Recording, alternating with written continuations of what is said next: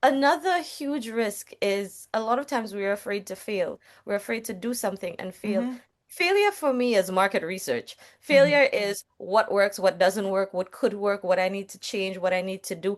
I don't really learn very much from being successful. I learn quite a bit from failing.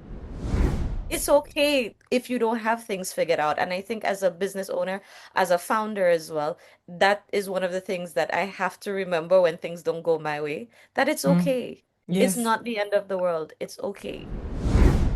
So you have to learn how to dedicate, play to your strengths, understand where you need support, Mm-hmm. and get Mm-hmm. the support. Understand that it has to be your passion. If it's Mm-hmm. not your passion, when things get difficult, you are not going to want to push through. Welcome to Begin, Build, Blossom Your Business Journey, the podcast where we share valuable insights, resources, and motivation to fuel your entrepreneurial spirit. Let's build a supportive community together. Don't forget to subscribe or follow wherever you listen to podcasts and be part of this journey. Let's pause for a moment to hear from our sponsors. You've built a name for yourself through hard work and dedication, but does managing the business side feel like a distraction from your true passion? Are you dealing with unmanaged finances? CME Accounting LLC is here to help. We specialize in organizing your financial records, allowing you to focus on what you do best. With organized books, you'll have more time for what inspires you. Whether that's expanding your influence, building relationships, or simply enjoying life. Don't let unmanaged finances hold you back. Reach out to CME Accounting LLC today and let us help you thrive. Visit our website www.cmeaccountingllc.com or email us at admin@cmeaccountingllc.com. All right, let's jump back into our conversation. Welcome to Begin, Build, Blossom, your business journey. I'm your host, Angela Sindenis, and today we continue the journey of entrepreneurs from around the world. Our guest today is a phenomenal communication strategist, woman's advocate, and founder of AHA Innovations, a hybrid consultancy and social impact startup. AHA Innovations is focused on using data-driven storytelling, training, and digital tools to accelerate inclusive development for the Global South. Her Miss Chief Manager, or shall we say Mischief, Monicare, reflects nearly 2 decades of experience working in high-level spaces across the Caribbean and beyond, spanning governments, multilateral agencies, the private sector, and civil society.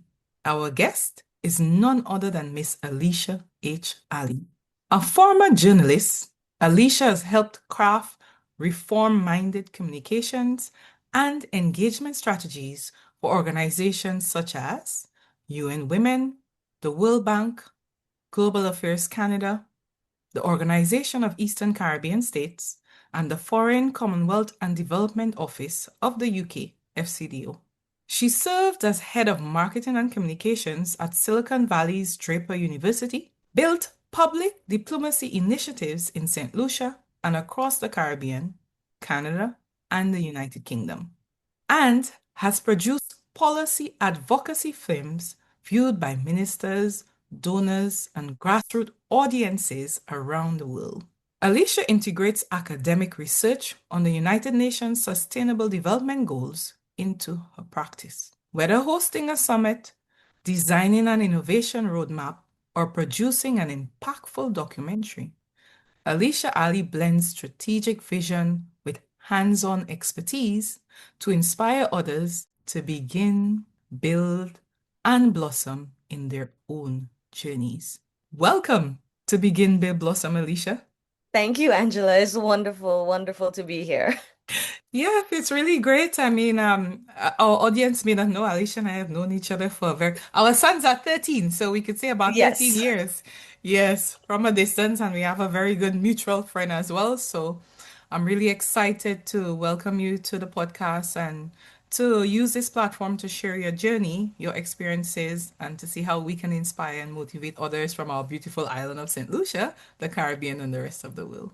It is my sincere privilege to be here. I think as people from the global south, from the Caribbean, it is important for us to come together, for us to share so that we can build and grow together. Well said. I couldn't have said it any better. Now, to start off, well, first of all, we follow the begin, build, blossom as the process of how we do the interview. But before we get into that, we have this section called rapid fire. And so, rapid fire is an opportunity for us to get to know the guests outside of that business world or the professional space. So, to begin, ask you one word to describe yourself as a child, one word to describe yourself now. As a child, I was a dreamer. As an adult, I'm completely delusional. Okay. Well, they're kind of linked. So what changed along the way? Well, you see, Or when I was growing up, especially when I was younger, at a primary school level, 7, 8, everybody kept asking, like, what do you want to be when you grow up? Mhm. Everybody wants to be a doctor, a lawyer, a Yes. judge, a nurse. I had no clue what I wanted to do. And I Oh. remember standing up one day and I said, well, I want to change the world. Everybody laughed at me. Everybody laughed at me because they thought I was completely insane. But that's Uh-huh. what I do today. Yes. And so that's what leads to the delusional. Because of the space that I work in, a lot of people think that what I do is absolutely impossible. And I Mhm. remember so many people when I'm doing jobs and stuff, they're like, "Oh my gosh, Alicia, this is so impossible. You're delusional to think that this could work." Guess what? It's I take working. that as a challenge and I make it happen. I make it happen. Okay, so that's very good that you're able to show that connection. But what's more important, that you can see the linkage from what you wanted to do when you made that decision. I want to change the world, and you're charting your way to that. Yes, because I think a lot of times we are boxed in by societal standards, by labels, what we're supposed to do. Girls must be seen and not heard. I Hmm. should have a really, husband and wife, stay-at-home Yes. mom or something like that. No, I really did not. I didn't even know that at that age, when I was younger, that I just didn't want to be constrained by a box. It was as I Hmm. grew older and I got very disenfranchised and very demotivated by, just the regular rigors of life, getting a Hmm. job, doing what you're supposed to Hmm. do. And I was like, no, Yes. I don't feel fulfilled. This is not working for me. And so then came the delusional part of it. Um, Yes, yes. because I mean, had I not been delusional, I don't think I would have been where I am. I wouldn't Hmm. have worked in Silicon Valley. I would not be doing things across the globe. I would Hmm. not be changing the lives of so many Yes. people. Yes, outside of the box. So that's really good. And I think, not to defray from the conversation though, it also says that there were people in your life that didn't say, or your parents didn't say to you, you can't do this. There was someone encouraging you or just allowing you rather to be free. Oh, well, that's not entirely Is it accurate. case? I think Uh-huh. my parents, up until this day, are quite frustrated by me because I Oh, make really? decisions that they don't understand. Everybody else have always said, oh my gosh, you're so pretty. You could land a husband. You don't have to Mm, work. You could stay at home. You could do all these things. You could really? sit in an office. You could be pretty. All of those things. And I have always been a rebel. So if you tell me I can't do something, Then you want to best do it. believe You're going to I'm get going it done. to do it. I'm gonna do Yes. it. So a lot of times, when I was growing up, education was not seen as important for me because I was quote unquote pretty. I was a pretty Mm, girl. So mm. I would have an easy life because I was Okay. pretty, Oh. right? Guess what? Right now, I'm doing my doctoral degree. I have 3 master's degrees. I have an Uh-huh. undergrad. I have countless certifications to my name. So education became important to me. Now, let's be real here. I am not a great student. I don't Mhm, like academic work, but I saw it as a way to build myself. mhm, Because again, as a woman of color, and coming from the Caribbean, a small island in the middle of the ocean that nobody knows, it's mhm, very difficult to position yourself as an expert, especially in the field that I work in. It's a very heavily male dominant field. mhm, So I've had mhm, to fight to be heard.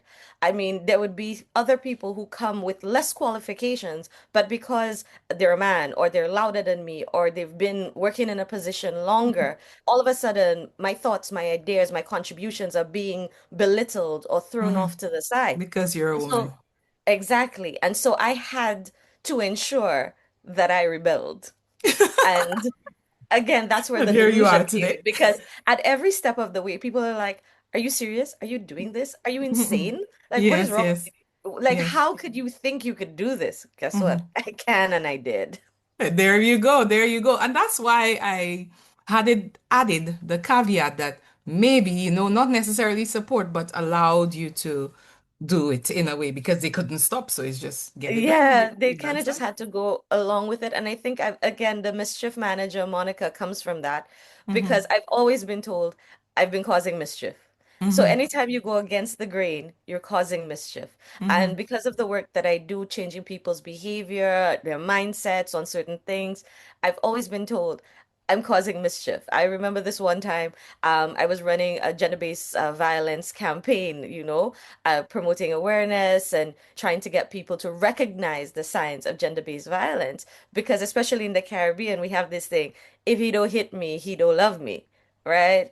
And so to change that mindset, I've Mm-hmm. been working in this field for a while, and I do remember one woman saying to me that I was causing mischief in her relationship. And I was like, What? yeah, Yeah. yeah, I Look at am. I am. it. I am. Am I going to say I'm not? No, I am. So Because there you she go. was being abused and now And she recognized it and now she's unhappy and now she wants to get out. And she's like, she would have just loved to have lived without knowing all that the this things is that I the was case. telling her. Yeah. Yeah, yeah. Okay, so I think we haven't gone as rapidly as we should, but Let's go yes, rapidly. we'll go We to the could do next this. question. What is one book or movie you'd recommend? I would recommend Karam by McDonald Dixon. He's a Saint Lucian author, and he has been absolutely instrumental in where I am today. He worked at the UN policy level for Saint Lucia. He was a trade policy advisor for very many years, but he's also an author and like a luminary in the arts. And so he was one of those who taught me that I didn't need to fit into a box. So Mm-hmm. here he was bridging his arts field with policy and things that he Yes, did, yes. and I was like, Mm-hmm. oh, okay, that's cool. I want to do that too. Yes, so you can mesh the two, the creative and also that policy approach to Yes. things. Yeah, so making major decisions, Yep. essentially. All right, so our next question, thanks for sharing that before we proceed. Our next question has to do with a fun fact. What's a fun fact you'd like to share that people don't know about Alicia? I have two fun facts. I am socially awkward and I am quite introverted. Interesting facts, right? I probably could relate to that because yeah, generally we look at ourselves like I think I'm extroverted, but sometimes when I have certain experiences, I think to myself, I'm not sure. I feel like I'm an introvert because I'm quite happy with myself and being by myself. So, so I Yes, so am I. And one of the things is I work in a very extroverted profession, and I have for the last 20 years. I Mhm, started off life as a radio news reporter, then TV news reporter, and then, everything just sort of thrust me into the spotlight. So mhm. I've had to learn how to be extroverted. It is extremely exhausting for me. So even when I host summits or give keynotes, afterwards, my social battery is completely drained. I am down for days at a time.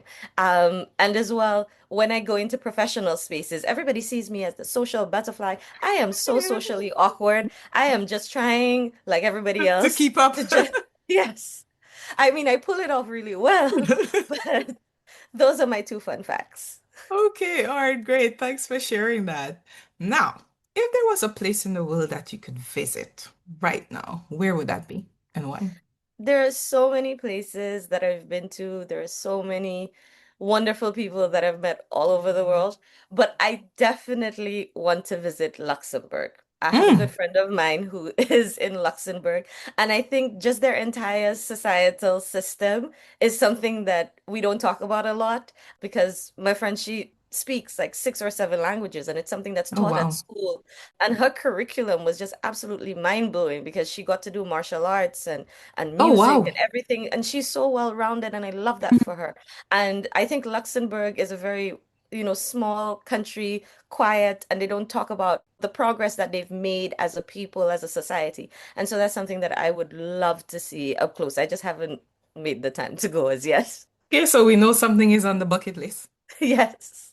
Yeah, it's good that you shared that information. For me, for a long time, I really thought Luxembourg was the capital of somewhere. I mean, I know better for a couple of years. And this summer I had the opportunity. I was trying to convince somebody to go and they weren't familiar with the country. And so we chose not to go. But now I'm regretting I didn't go that way, but it's gonna go back on the list. So with your description. All right. And then we know it's going to be on your list. Hmm. In terms of a childhood memory that makes you smile, do you have one of those that you'd like to share with us? Yeah, I mean, life has its ups and downs, but I do have one memory that really sticks out. I grew up in the south of Saint Lucia, which would be considered quote unquote the country. Um, Yes. and I came from a very impoverished family, and so I did not have a lot of the privileges that other people had. And I do remember I have always thought differently, Mm-hmm. and it didn't always win me friends Mm-hmm. because of my perspectives. And I was about 11, 12, and they were opening this southern branch of a community college. Mm-hmm. And I was asked to participate in just a debate to mark the opening of the Sir Arthur Lewis Community College Southern Division. Mm-hmm. And I was like, okay, I talked a lot. My teacher was just like, send her, send her. She's argumentative. And so I got there. The place was packed. It was my first huge speaking engagement ever. I was mortified, by the way. And so here Mm-hmm. I am getting ready to propose for a topic. And then the person I'm debating against was several years older than me. She was Oh. 15. She was 15. She was already in secondary school or what other people would know as high school. Mm-hmm. I was still in like primary school. I hadn't gone up. Anyways, long story short, I now she thought she had the advantage because she was older, Yeah. knew more Mm-hmm. stuff and whatnot. I won that debate. I Mm-hmm. won that debate on market economics and, societal norms and that kind of thing. And then afterwards, this really tall guy went up to my dad and like he shook hands with my dad and he was speaking to my teacher. And then my dad started crying. My dad is the most lovely person in the world. My dad started crying. I was like, nobody makes my daddy cry. Nobody, nobody. So I went there with Uh-uh. all my Mm-hmm. lovely, Everything lovely behind you. Alicia self because nobody Yes. gonna make my daddy cry. I am a Uh-huh. daddy's girl. Uh-huh. And I was like, hello. What's happening Not here? the most, not the most. I imagine like the audacity of like an 11, 12-year-old. I was like, hello. Like I Uh-huh. was not having it. I'm like, who are you? Uh-huh. What's Uh-huh. happening? And so this man had the most Santa Claus laugh ever. Like he laughed from his gut. Like it was a belly full of laugh. And then he looked at me, he shook my hand, and he said to me, Alicia, 20 years from now, everybody in St. Lucia is going to know your name. Everybody in the Caribbean is going to know who you are. People like you are going to have doors open with your name on it. Uh-huh. And I looked at him because, like, who is this man? Why What is did he he? talking to me? Uh-huh. Turns Uh-huh. out, he was the newly elected Prime Minister of St. Lucia, Dr. Kenny D. Kenyan. Anthony. Um, Oh. Oh, wow. and he saw that potential in me. He saw that vision. And then I remember finishing school, starting, working and doing my job and everything. And I had already risen to a particular level. I was doing national service for St. Lucia. I was at the Commonwealth Youth Parliament. I was in Australia at the Commonwealth Heads of Government meeting and leading protests and all of these other wonderful things. Mm-hmm. And it really struck me because he also kept tabs on me as I was growing up. So every time I graduated or I won a debating competition or something, he would send books.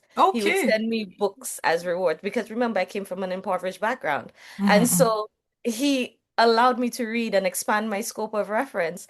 And I remember 15 years before his 20-year prediction, I called him because I was on national TV in Saint Lucia. I was also hosting the OCS Newslink with Raymond O'Keefe, God rest his soul, Mm-hmm. Mm-hmm. because Raymond Yes. picked me out, and people across the Caribbean knew my name. And I remember traveling to Antigua, and as soon as I walked into the airport, the immigration officer says to me, "But I know your voice. I know your voice. You're Mm-hmm. Alicia."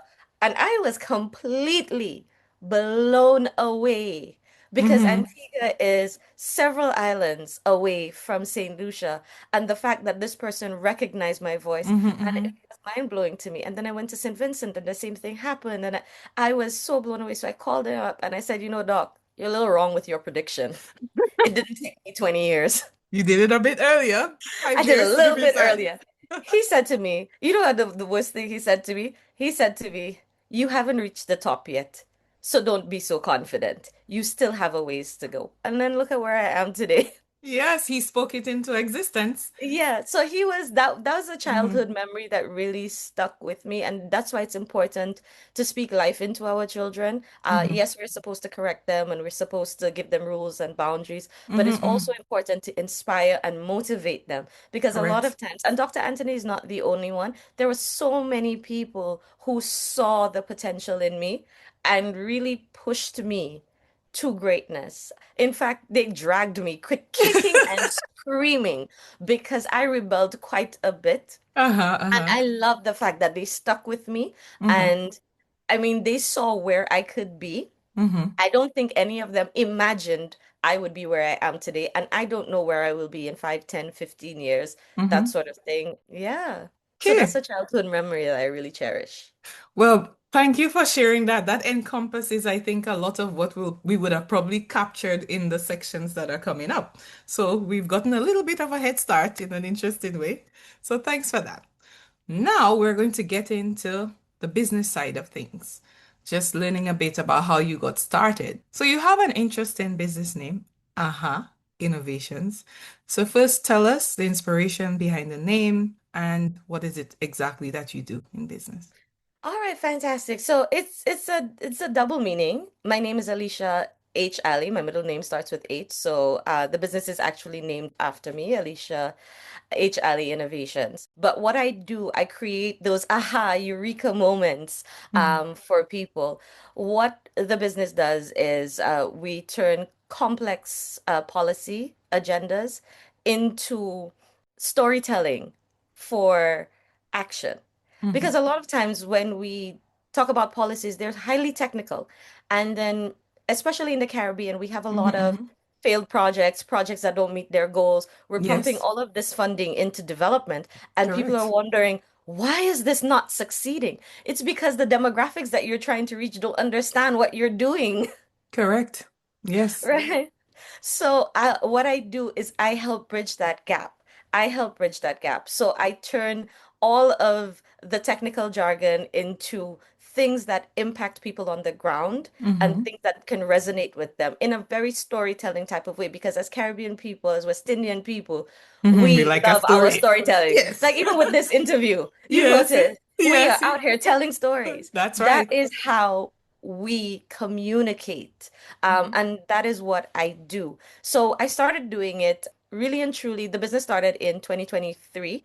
Okay. I had worked for people from the time I was 19. I Mm-hmm. always had an organization, I had a job. My salary was capped, which also made it very hard to survive because a lot of times I was underpaid because I Mm-hmm. didn't know how to speak up for myself. I didn't know how to ask for more money, Mm-hmm. to value the work that I did and all of those other Mm-hmm. wonderful things. So, and then I got into government, and government salaries are capped. And it's very difficult to get promoted in government. And Yes. so I spent quite a number of time, I think almost Yeah. 10 years in government. Okay. So then I was like, listen, I really cannot, I was not built for this struggle life. I really wasn't. Yeah, that life is I not for you. wasn't. And then, COVID hit, Mm-hmm. and I got a call from the Organization of Eastern Caribbean States, and they were like, listen, we need you. We need you to come across. We need you to help run our COVID-19 communications. I was like, all right, cool, let's do it. Because at the time, the COVID-19 communications wasn't hitting people. They Mm-hmm. were not, following the advice. They were not doing what they were supposed to do with the curfews and all of Mm-hmm. those other Mm-hmm. things. So the And messaging. so the Mm-hmm. messaging, no, they're like, okay, you could, give COVID Do to a it if you family member, want. and but it was very impersonal. It was very Mm-hmm. vague. It was very umbrella. But if Mm-hmm. I said to you, no, Angela, if you keep going out and socializing after curfew, your son is going to be in danger. It Mm-hmm. hits different. Yes, the It hits message is different. there, something that I can connect with emotionally and Exactly. affect me to that core.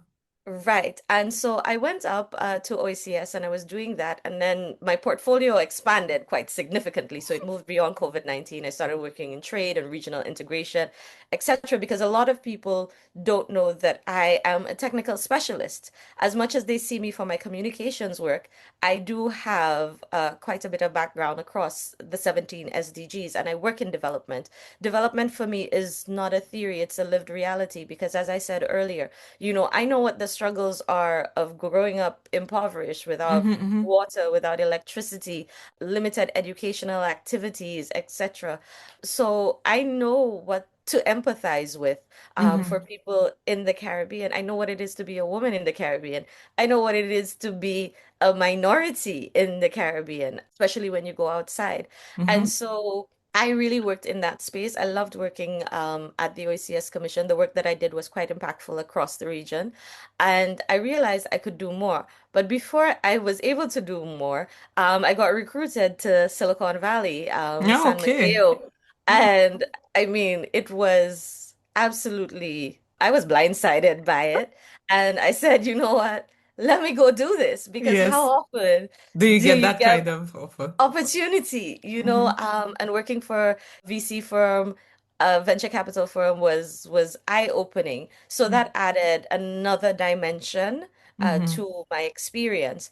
And then I decided to branch off because I wanted the same opportunities in Silicon Valley. I wanted them for our people, the people in the Caribbean. I wanted it for the global South. Not everybody is as fortunate as me in terms of the opportunities that I've had, especially to grow and to learn. There's some things that you cannot learn with a course or with a book, Mm-hmm. You etc. have to live You it. know, you have to live it, and not everybody lives the same story. Mm-hmm. And Mm-hmm. so I wanted to take all my experiences, especially, the experiences in Silicon Valley, the experiences across the OECS, my interactions with CARICOM, which is the umbrella organization for the English-speaking Caribbean, and bring it to people who would not even be able to get a nominal insight because of how disconnected we Mm-hmm. all are from that information. And so, yeah, I decided, hey, I worked with startups in Silicon Valley, so why not? Start up You know, yourself. I just decided to do a startup. A lot of people are apprehensive about social impact startups. Reason being, it's easier to sell a product than it Mm-hmm. is to have social impact. So, Yes. it's a little Diff bit more work. If I yes, had a and product or a service that I could just sell and, make a bunch of money, it would be great for investors. mm-hmm. But what I sell is a change for the global south, right? So what I do with AHA Innovations, I work with multilaterals. For example, all the UN branches, etc. When they have projects that they're running or when they have campaigns, etc., that they need to target specific demographics, Mm-hmm. whether it's women, men, the judicial system, architects to Mm-hmm. do, resilient cities, etc., urban planners, whatever, they call me in and they're like, hey, this is what the policy says. These are the people that we need to target. We don't know how to do it, and these are the results that we need. I say, okay, so I go through all of the policy documents, 400 pages sometimes, Yeah, that's and a lot. it is. And then I pick out the relevant information for the target demographic, and then Mm. I create stories around it. And the stories now link to the policy, but it is Okay. not as technical. And as you said, it resonates with people on a more Mm-hmm. emotional, personal level. And so that's what I do. And that's what helps push the development agenda. That's what gets buy-in for a project. That's what gets the project moving at the pace that you want it to. And that's ultimately what leads to the project success. So that is one part of AHA Innovations. Mm-hmm. The second part is I, and you know this, Angela, I have an extensive network Mm-hmm. across the globe. And there are so many people from the Caribbean, from the global South, who are doing amazing things. Yes. And we don't hear about it. We don't No, hear about no, we're it. not telling our stories at So, all. right. So, for example, there's a Saint Lucian who works at NASA. We don't hear about her. Like, Mm-hmm. So I tell those stories. So how did you get there? What is the journey if a Yes. young person, 6, 7, 8, so somebody asks like, what do you want to be? And I say, hey, I want to work at NASA. This is Yes. what I'm gonna have to do. This is what I'm gonna have to study. This is where Yes. I need to go because nobody tells us. We No. gatekeep a lot of information, That is and very true. that's right. So that is one of the arms of AHA Innovation. So in terms of innovating our mindsets on what it is we can achieve, expanding the scope of reference for those who are not able to travel outside of their country or outside of their community or who are not surrounded by these inspirational people. So I do that. Then, yeah, so I do have a third arm, which is in the making. Okay. But that is more a platform Okay. where we learn from our people. So the courses that are being taught, like for example, I could get Angela to teach a podcast course on how do you start a podcast? Mm. What is involved? What equipment do I need? How difficult it is for us. Mm-hmm. Yes, there are YouTube videos, there's a lot of information out there, but a lot of times It's not relatable, it's as not in I'm not related seeing to myself. us, right? Yeah. Not Mm. people who look like us, not people who sound like us. Mm. And a lot of the times, I believe it is because we still have a colonial mentality. Because for Mm-hmm. those who don't know, the Global South was majorly colonized for Yes. hundreds and hundreds of years. We still see ourselves as lesser than, as Mm-hmm. other, that other people are smarter than us. So I'm not going to Yes. talk about it, Yes. right? And so that's one of the things I've had to unlearn very early because Mm-hmm. even working across the world, the people across the world are not smarter than our Caribbean people. They are They're not. confident and they have the audacity and they take risks. We have been discouraged from taking risks. You're And right. so that is the mindset that I am encompassing and putting forward with AHA Innovations as well. So thanks so much for sharing that. You said so much that I can truly resonate with, and I'm sure that our audience can. Specifically for us in the region, far too many times we're led to believe, that you're lesser. And there's one decision I made when I came here, assigned here, I said, no one will make me feel lesser than myself. I'm good enough. And I have discovered that we're very good. That's what I can say. I can't exactly say what I want to say. Yes. And we just don't have as much access. And like you say, people have the audacity. Even if they're wrong, they still have the audacity in that sense. So it's good that you're sharing that. And the other thing I wanted to touch on is seeing ourselves. And one of the visions that the co-host, my friend Clarita, for the podcast had is sharing those stories and sharing it from our point of view so we can see each other online. And looking at the Begin Bill Blossom, say, repertoire, you'd see a lot of St. Lucians being featured. So it's good that you have a similar platform like this person at NASA. And I'm sure there are lots of others. I Oh, there always are say wonderful in people. many organizations who are not We have shouting. Saint Lucians who are video game designers for major companies in Vancouver, in Canada. I mean, the guy who created lynda.com, which is now LinkedIn Learning, that Mhm. platform, he's a Saint Lucian. There we go. We don't And hear they're not about them. telling their stories. You know what? It's the other ones that are telling their stories. Yes. So we have people who are doing amazing things. We have Jamaicans, we have Guyanese people, we have Trinidadians. We have so many people in the Caribbean that are doing phenomenal things, but we Hmm. don't hear about them. And I Yeah. think it's a lot of the times it's very difficult for us to toot our own horn because in the West Indies, we always discourage So each we're other made from to boasting. shame. Yeah, like you're Yes. made to feel ashamed that you're shouting about what you're doing yourself. Exactly. So And so I, that's something we have to unlearn. So that's one of the things that I do with AHA Innovations. Like I call them up and I'm like, hey, I want to do this feature on you. And they're like, no, but I don't want to come off like I'm arrogant or something. I was like, no, we're gonna talk about it. We're like, if you don't clap for yourself, other ah, people can't clap for you because no. nobody knows what we do or the extent we do it to. So, Hmm. for example, for me, a lot of people saw me as a face on television for quite some time, and they didn't understand that I'm a filmmaker as Hmm. well. They didn't understand all the other things that I do, and that was my fault because I didn't tell people.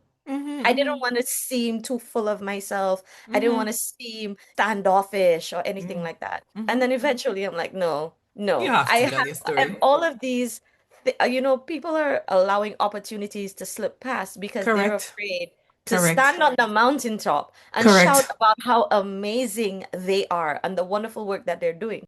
Guess what? I unlearned that. I am on the mountaintop. I am on Mount Everest. Let's pause for a moment to hear from our sponsors. You've built a name for yourself through hard work and dedication, but does managing the business side feel like a distraction from your true passion? Are you dealing with unmanaged finances? CME Accounting LLC is here to help. We specialize in organizing your financial records, allowing you to focus on what you do best. With organized books, you'll have more time for what inspires you. Whether that's expanding your influence, building relationships, or simply enjoying life. Don't let unmanaged finances hold you back. Reach out to CME Accounting LLC today and let us help you thrive. Visit our website www.cmeaccountingllc.com or email us at admin@cmeaccountingllc.com. All right, let's jump back into our conversation. I agree. I agree completely because it's just always a challenge. It's good. So we're doing well with the conversation. So, I mean, you're in business. In your earlier statement, the information you shared, one of the things you said, if you had a product, it would be easy to sell. But when you're selling this social impact, this effect, it's could be a bit harder. How was it to find that first client? How did that happen? Well, I had no clue what I wanted to do when I wanted to start a business. Really and truly, the motivation was I did not want to have my salary capped. I wanted to be able to live comfortably, take care of my family, take care of my son, and not have to choose between keeping the lights on and buying Mm-hmm. groceries. Mm-hmm. It was very difficult. And so I started doing consultancies based on my strengths. Okay. And then I got a referral, actually. I got a referral, and a multilateral organization, international organization, called me up and said, hey, so and so mentioned your name. We're doing this thing, and we're wondering if you could help out. And I was blown away. I was like, what? Okay. So I had to quickly, hurriedly get a business name, open the bank accounts and everything, Mm-hmm. because I had no clue what I wanted to do. But I know I wanted it to be something innovative, and that's where the innovation part came in.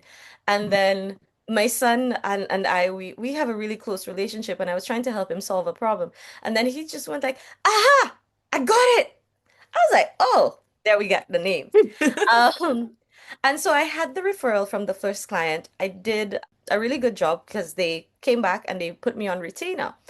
And the thing with multilaterals, and you would know this, Angela, they're very last minute, Mm-hmm. right? Uber last minute. So if something is due on Tuesday, I guarantee you You get on Tuesday Friday. is when you'll be contacted and be like, hey, we need this for today, right? And so I Yeah. had to move quickly. And a lot of the quickness was difficult to manage because it included travel. And so what I started doing was reaching out to my contacts on the ground in different places so that I could meet their deadlines. So that is how I ended up with such a unique business model for Okay. my company. So my company, yes, it is based in Saint Lucia, but it's actually hybrid because I subcontract to people across the world because I do work across the world. And these people who are in my network always know one, they get paid market rate or above because in some countries in the global south, we do not pay market rate for certain things. We pay below market rate. So people Mm-hmm. find it very difficult to survive in certain fields and certain sectors. So Yes. everybody, I have built a loyal network of subcontractors across the world because Mm-hmm. of that. Because I don't prioritize the money. If I am trying to make social change, a social impact, we Mm-hmm. have to start on the ground at a community level. So That's these people, correct. when they understand their value and they are getting paid at an international market rate, right? Then they're able to see their worth. They're able to see what the possibilities are. They're able to take care of their families. They're able to, have a better quality of life, raise their living standards if possible. So that was one part of my unique model. And the thing is, I always use either women-led teams on the Okay. ground Mm-hmm. or local led teams. So, Okay. for example, if I'm putting together a last minute documentary, I don't know, and I have to film in like Fiji, and they've only given me like 3 days. From Saint Lucia to Fiji is gonna take The 3 days. the 3 days. There's no way I can get the work done. So I call up my people in Fiji and I'm like, okay, hey, this is what I have doing. Can you recommend a woman-led team, like if it's a camera person or editor or technical specialist or whatnot? If they say, okay, there's nobody available, I said, okay, well, give me a local-led team. Man, woman, donkey, cat, don't Mm-hmm. really care. But once it Yes. is local, Yes. right? So the person has to be based in that country, based in that community. Because when I'm asking you to film a story and I am not familiar with the culture, the customs, the people, you Mm. now I rely on to say, Yes. okay, this is crossing a line. This is something we don't do, or this would really resonate with our people. Mm-hmm, So that mm-hmm. is how I have expanded AHA Innovations. And that is what my clients, especially the multilaterals, love about what it is we do at AHA Innovations, because it doesn't matter where in the world, trust and believe I will find somebody. I will find Yes. somebody. And that's the power of networking. Yep. And I really like what you shared about hiring the local team because it does two things. It empowers local people, as you say, to raise the living standards. And the second is ownership. They become more vested in the success of whatever project that you've engaged them with. And then you know that you can count on them for future projects. So that's a really good business strategy. Yes, it is. A little difficult to maintain. Yes, Um, yes, I have no doubt. It would be a yes. challenge, but certainly you begin But with the it's end in mind. important because if I'm saying I'm a development advocate and I want to change, I want to make a social impact, I want to make a social change for people in the global south, I have to walk the walk. I can't send international teams into a rural community in St. Vincent. That's I right. send the locals in there. I Hmm, send hmm. somebody from St. Vincent who knows the terrain, who knows the people, who probably have an auntie, uncle, sister, godchild in that particular community, so Yes. that when we are discussing the project and how we are going to operate, they now have an input. I always say to them, tell me what I am getting wrong. Or Hmm, tell me what I need to adjust because hmm, I am open to it. I do not live in these countries. I do not know what your daily reality is. I don't know what your struggles are. I may have a macro view of it from visiting or from hmm. having friends there, etc. But But what the real thing, I am yes. not an expert on people's Hmm, lives hmm. or living realities. And so that is what makes what I do quite unique, impactful. Okay, great. Thanks for sharing that. And that sort of information actually answered our question that related to building a team and your network. So you've aptly done that. The next one is, I mean, in business, there are always chances or risk we need to take. What would you say has been the biggest leap you've had to take? Coming to terms with the fact that I don't have a steady salary. So Hmm. there are some dry seasons, girl. There are some dry seasons. When there is abundance, there's abundance, but there's also When the desert comes around, it comes around. I know, right? We out here in the Sahara digging for water. But that is the risk with business. That is what you sign up for. And another huge risk is a lot of times we're afraid to fail. We're afraid to do something and fail. Hmm, Failure for me is market research. hmm. Failure is what works, what doesn't work, what could work, what I need to change, what I need to do. I don't really learn very much from being successful. I learn quite a bit from failing. I do remember in Silicon Valley when I worked there, the chant, the mantra was fail and fail fast. Hmm. So I tried to do that. The quicker you fail, the quicker you're able to pick up the lessons learned and move forward with a better plan, a better framework, a better blueprint. And Okay. so that is also a huge risk. When you try something, it's not always going to work. And No, that's it's not. okay. Yeah. That's okay. And that's what we really have to come to terms with, that failure. So I like what you said about failure being research. So it's good that you can So when you fail fast, you get your research and you start again, find a new solution. Exactly. A lot of Correct. times when we fail, because especially in the West Indies, we have been socialized to the perfection level. Everything you Correct. do must I'm be done guilty. right the first time. You're not allowed to fail. And again, I talk about unlearning certain things. And that was one of the things I had to unlearn, that it's okay to fail. It's Hmm okay to hmm make mistakes. If you are habitually failing at the very same thing hmm repeatedly, for an extended period of time. I mean, hmm that's a little ridiculous because Yes, that yes, means you're not learning anything. yes. If you're repeating the same mistake two, three, four, five, six times, then that's a problem. If you're making different mistakes and failing in different ways, that is absolutely fine. hmm Nobody who has risen to the top has That's done it done. in a one shot. We Hmm look at Apple and how long Apple took to get off the ground. We look at Amazon and how long it took for Amazon to get Yes, off the yes, ground and get their model right. It's yes. okay if you don't have things figured out. And I think as a business owner, as a founder as well, that is one of the things that I have to remember when things don't go my way, that it's Mm, okay. It's yes. not the end of the world. It's okay. That's a very good message to end on that particular note. In terms of finances, is that something you do on your own or did you engage an accountant? So one of the things that when you're starting up, you try to do everything by yourself, Hmm and then you realize that you can't mm do everything by yourself. And hmm so I am really bad at math. One on hmm one makes three for me. So I do have a financial manager because Okay. I think especially as an entrepreneur, you have to learn to stay in your lane.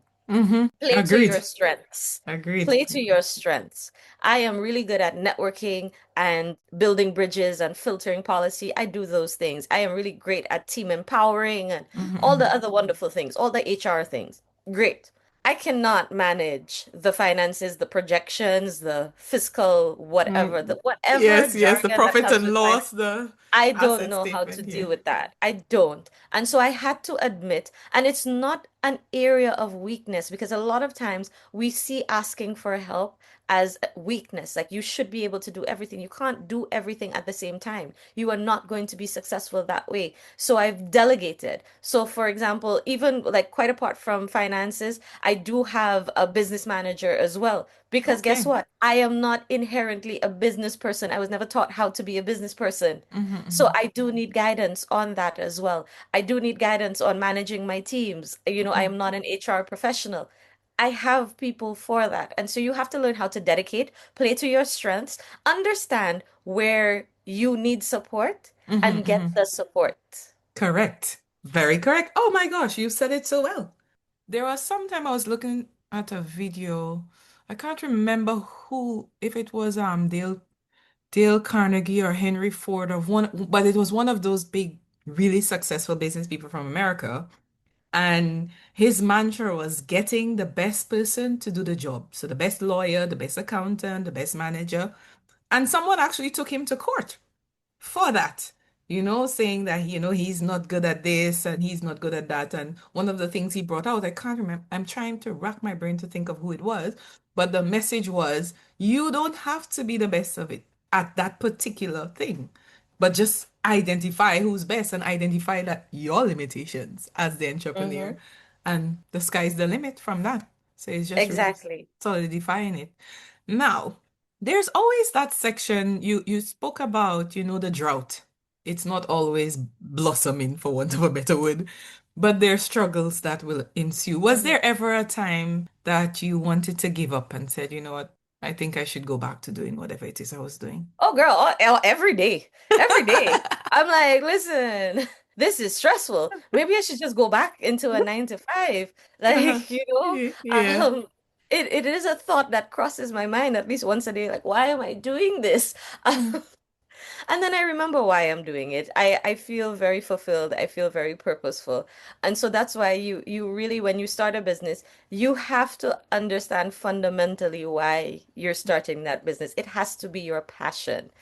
Because mhm, if it's not your passion, then mhm, when the desert seasons hit, when there's no money coming in, or when, the business is really under strain and under pressure, you mhm, will throw in the towel because mhm, you're like, what mhm. am I doing this for? Yes, I am Yes. really passionate about making an impact. And so that is why I have kept on doing what I'm doing. As much as it has given me like quite a few gray hairs, Mm-hmm.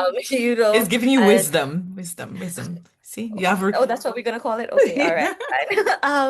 It is a struggle. And so there are times, especially when I think of having to take care of my family, I'm Mm-hmm. like, okay, why am I doing this? It would be easy for me to just jump in Mm-hmm. to a C-suite position and, work in the private sector or work in, the multilateral government sector. Mm-hmm. I should Mm-hmm. just do that. And I do Yes, have it will be people easy. reaching out to me. Mm-hmm. And so every time I get a job offer to go back into a 9 to 5, the thought does cross my mind. I'm like, okay, am I really making a good decision? And so then I have to really look inwards at that point in time and think about what it is that I want for myself. What Mm-hmm. do I want for myself? I Mm-hmm. am not just building a business with Aha Innovations. I am building a legacy. That is a legacy that I am going to stamp with Mm-hmm. my name. Mm-hmm. And Mm-hmm. for me, that is important as somebody who grew up the way I grew up. It was important for me to build something that I could be proud of. I Mm-hmm. wanted to build a society that my son could be proud of because I Yes. take great pride in raising my son to be a man that society can be proud of. But I Mm-hmm. cannot allow him to inherit some of our mindsets, some of our limitations. I just cannot. I totally agree, in terms of taking that lead in creating the space that we want our children to flourish in. So, what better way to do it than do it ourselves than waiting for somebody else to do it? And that's the thing. A lot of times we always wait for somebody else to come rescue us, somebody else to come change it, somebody else to do it first. And yeah, again, as I said, I've always been a rebel, and I just decided, let me do this. It's a field that I've worked in for almost 20 years. I worked as a journalist. I worked in policy in government. I have been changing society for almost 20 years. 2027 will make it 20 years that I've been in my profession. And Oh, so, wow.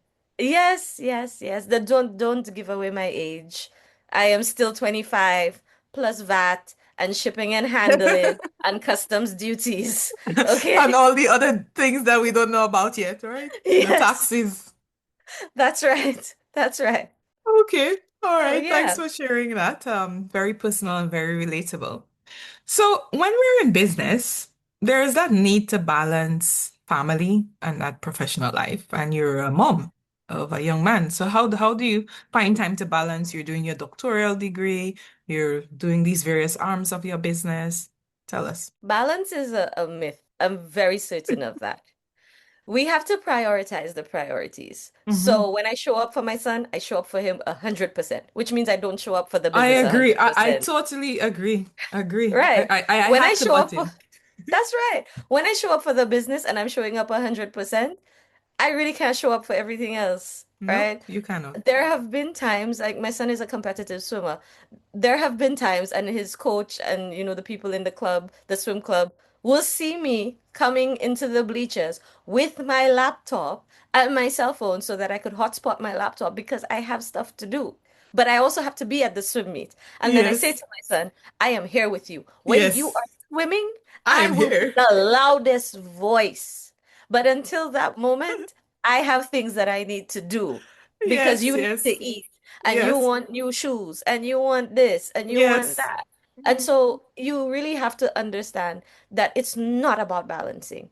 When you focus, because if you try to split yourself across all of the priorities that you have, you are not going to get everything done. You are not going to do it well. You are going to burn Correct. out. You are going to lose your mind. So you need to pick a struggle. That is fundamentally what you need to do. Pick a struggle. What are you prioritizing on this particular day? So when I am doing work, if I am filming a documentary and nobody troubles me, I don't think about my doctoral program.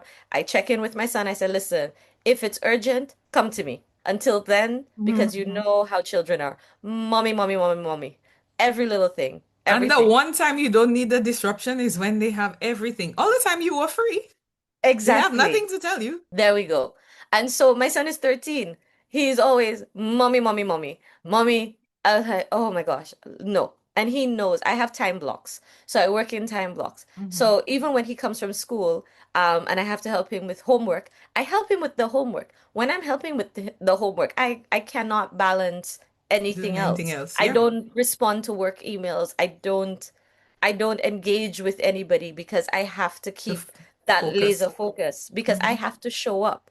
And it is very difficult to show up as yourself when you are so stretched thin because then you get irritable, then you're Oh, yes. frustrated, your Mm-hmm. temper, all of these other things. And so that is why, I mean, I go to the people ask me how I do so much. I go to the gym, I do my doctoral degree, I hang out with my friends, I prioritize my son, I spend time with my dad and I say to them, because I do one thing at a time.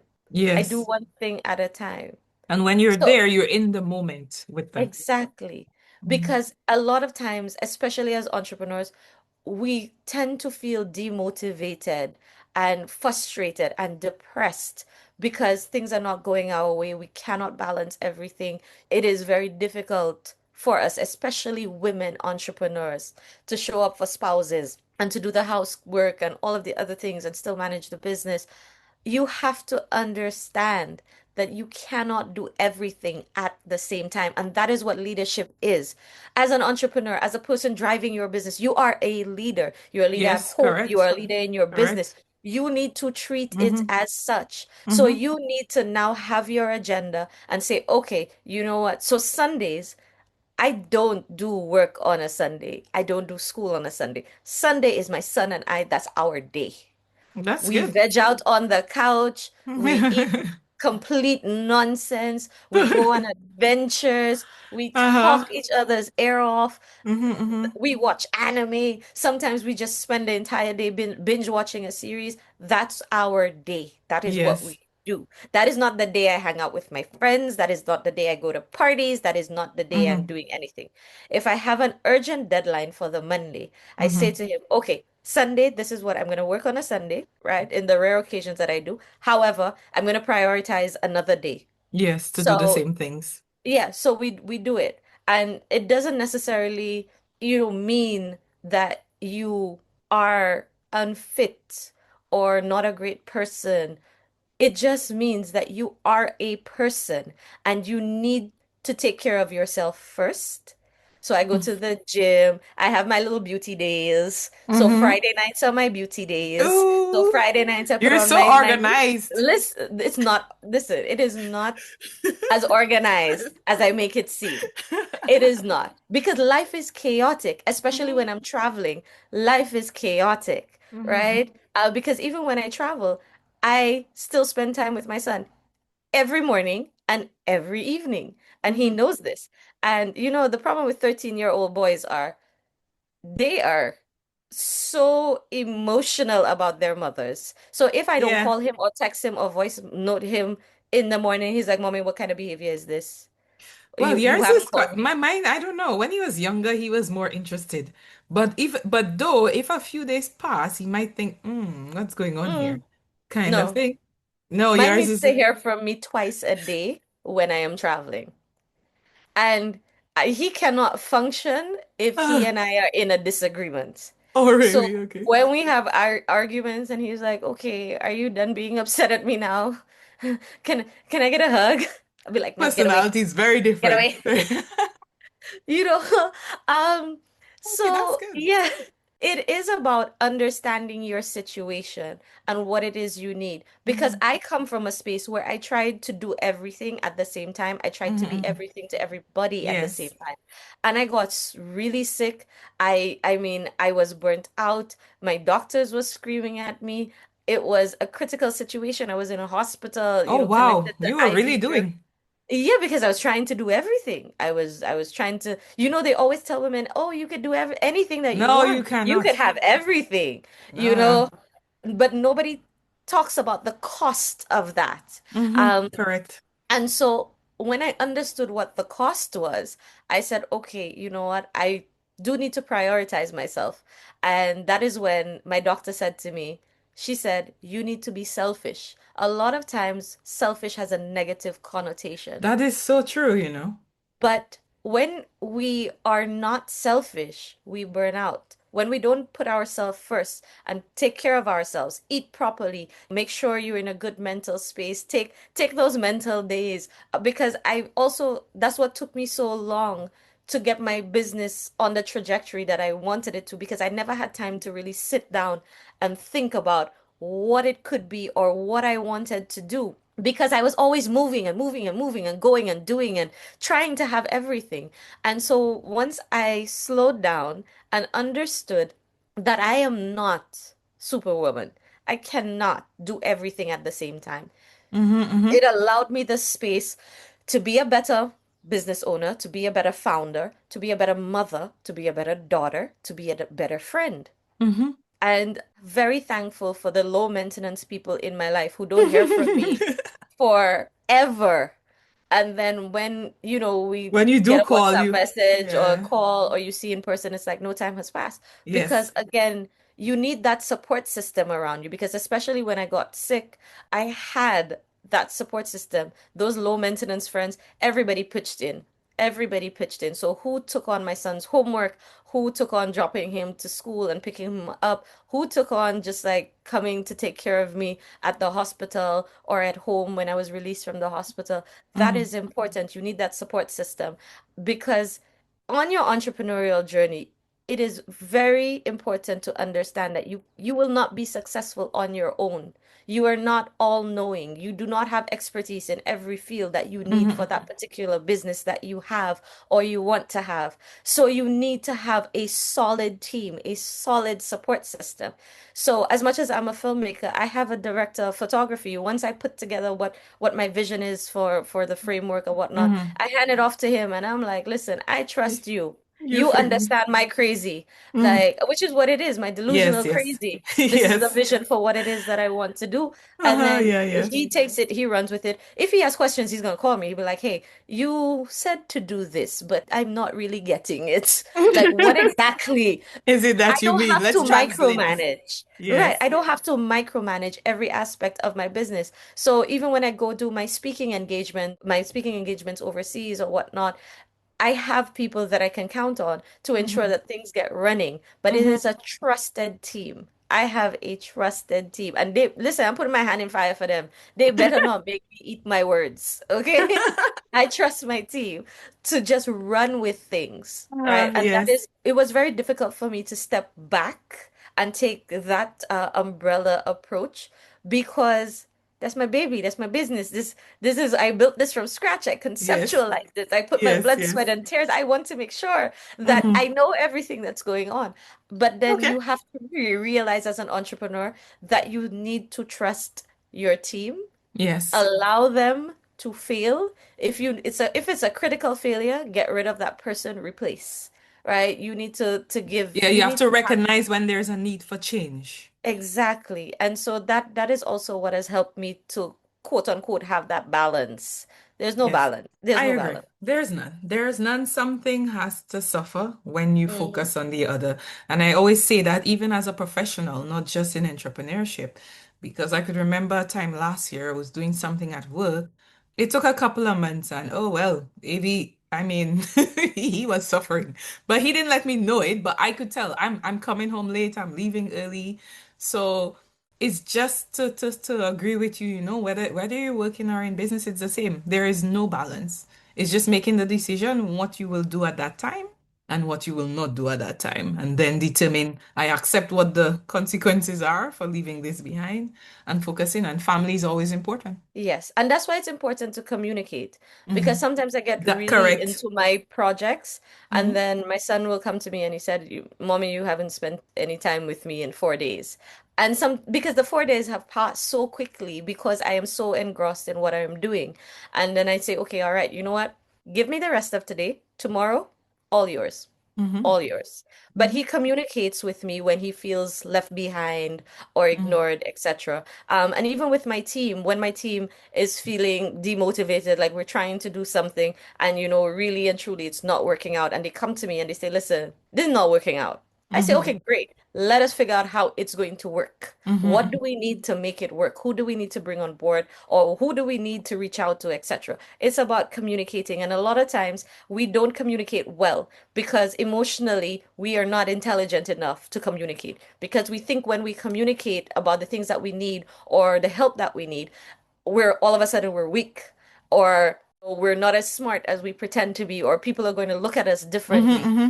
It makes no sense because how do you know what you don't know unless you know what you don't know? Yes, correct, correct. Very correct. So now we'll enumerate 3 points of advice for someone who's wishing to get into business, and then let them know how they can reach out to you if they wish to engage.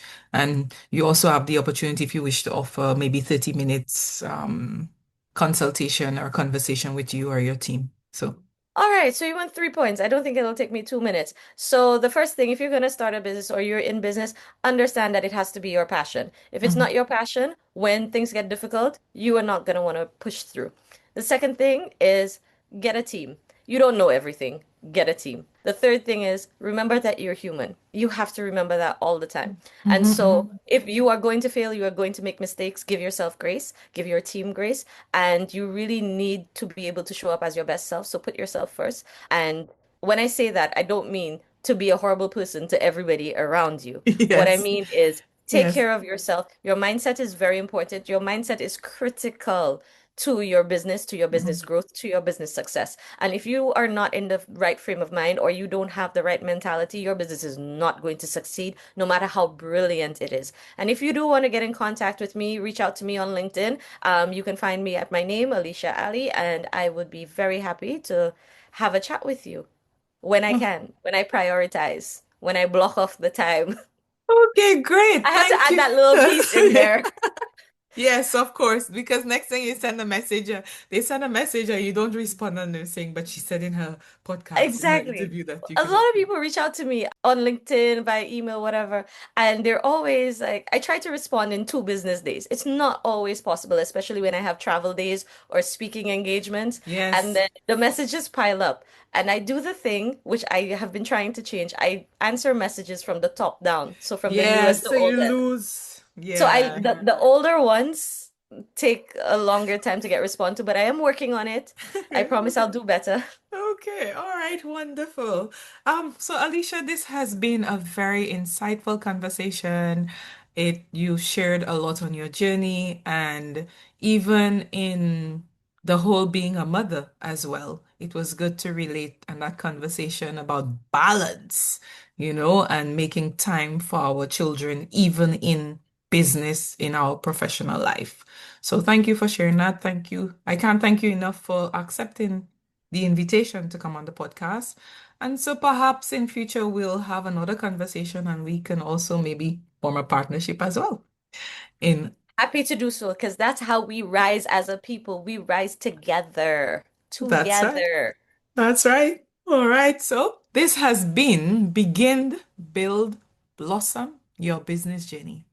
My name is Angela. Thanks for joining us and be sure to like, subscribe, and share. Bye for now. A quick note before we wrap up.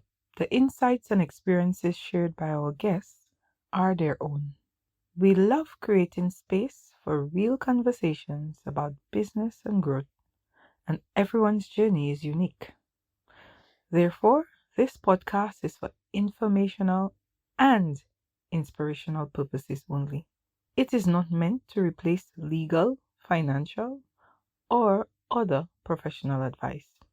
So, we encourage you to take what's useful, do your own due diligence, and build what works best for you. Thanks for listening to Begin, Build, Blossom Your Business Journey. We hope today's conversation gave you the insights and inspiration you need to move forward on your own path. Don't forget to subscribe or follow wherever you get your podcast so you never miss an episode. Do you have feedback? We'd love to hear from you at podcast@cmeaccountingllc.com. Join us again next week for a new episode.